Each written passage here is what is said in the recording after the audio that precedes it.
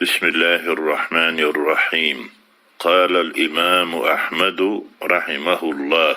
إمام أحمد الله وهي تنبويل صنخ.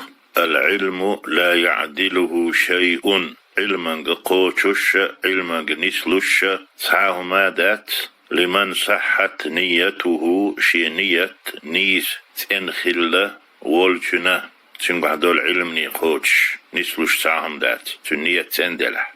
قالوا تار ألا تناغوست تنغلدوش بولشار كيف تصح النية يا أبا عبد الله؟ عبد الله دا نية نيس تنمو خردو.